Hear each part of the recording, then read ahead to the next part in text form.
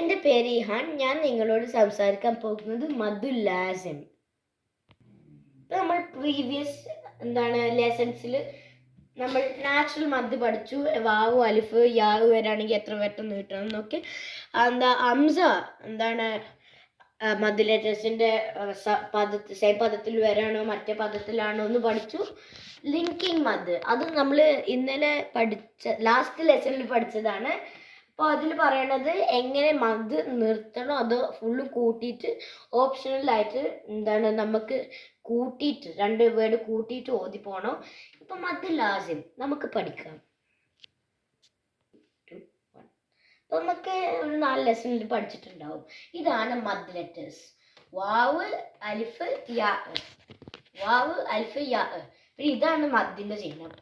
ഈ മദ്ദിൻ്റെ ചിഹ്നം വെച്ചിട്ട് യാ അലിഫ് വാവ്.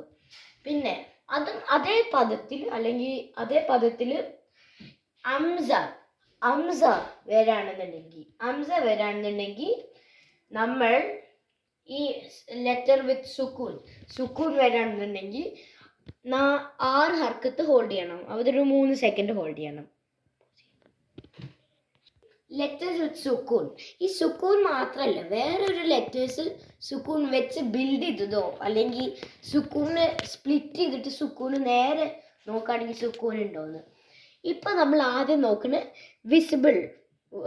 വിസിബിൾ സുക്കൂൻ സൈന്.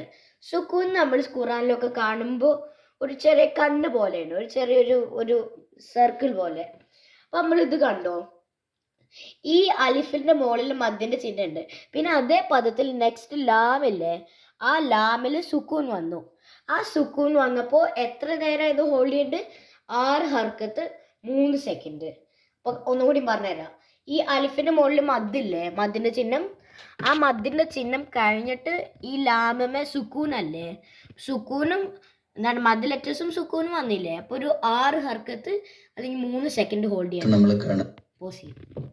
അപ്പോൾ നമുക്ക് ഈ വേർഡ് ഒന്ന് നോക്കാം, ഒന്ന് ഓതി നോക്കാം. ബിസ്മില്ലാഹിർ റഹ്മാനിർ റഹീം. ആൽ ആന, ആന്നൊരു 6 ഹർക്കത്ത് ഹോൾഡ് ചെയ്യണം. ആൽ ആന. അപ്പോൾ ഇവിടെ ഒരു മദ്ദിന്റെ ലെറ്റർ ഉണ്ട്, അലിഫിന്റെ ചിഹ്നം. അപ്പൊ ഇവിടെ നീട്ടുന്നുണ്ട്, ഇവിടെ നീട്ടുന്നുണ്ട്, പക്ഷെ ഇവിടെയാണ് കൂടുതൽ നീട്ടുന്നുണ്ട്. ഇനി നമുക്ക് രണ്ടാമത്തത് നോക്കാം. ആദ്യം നമ്മൾ പറയുന്നത് ആ സുക്കൂനിന്റെ ചിഹ്നം നമ്മൾ ആദ്യം കണ്ടു.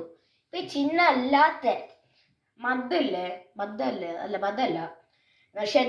ഷദ് വന്നില്ലേ, അതിന് കട്ടി കൂടി.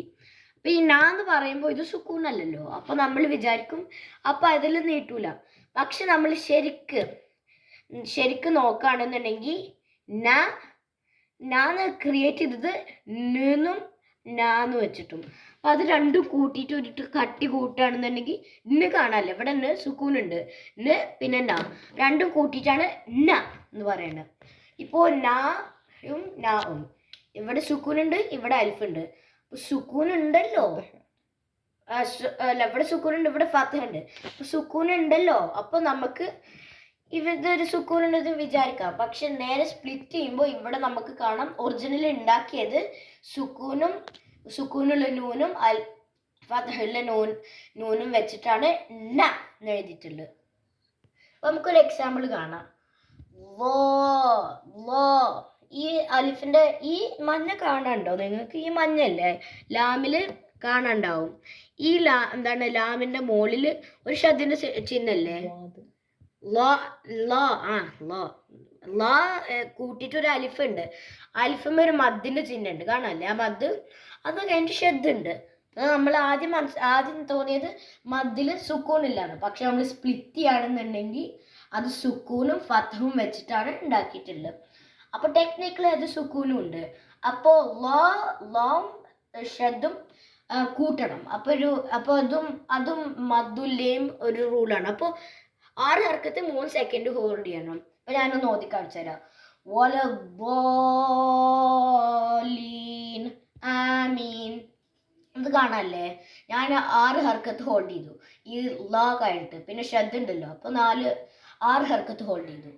ഇത് കാണാം അൽ ഹാഖ്.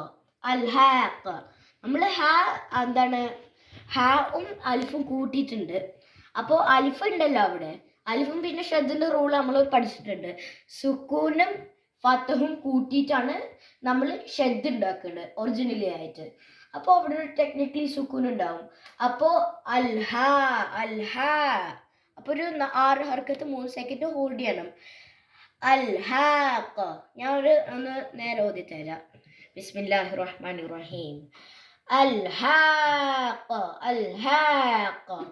കണ്ടില്ലേ, 6 ഹർക്കത്ത് ഞാൻ ഹോൾഡ് ചെയ്തു എന്നാണ് തോന്നുന്നത്. 6 ഹർക്കത്ത് ഹോൾഡ് ചെയ്തു. ഈ അലിഫ് കാണാനല്ലേ, മദ്ദുണ്ട് ഷദ്ദുണ്ട്, അപ്പോൾ മദ്ദുൽ ലീമായി.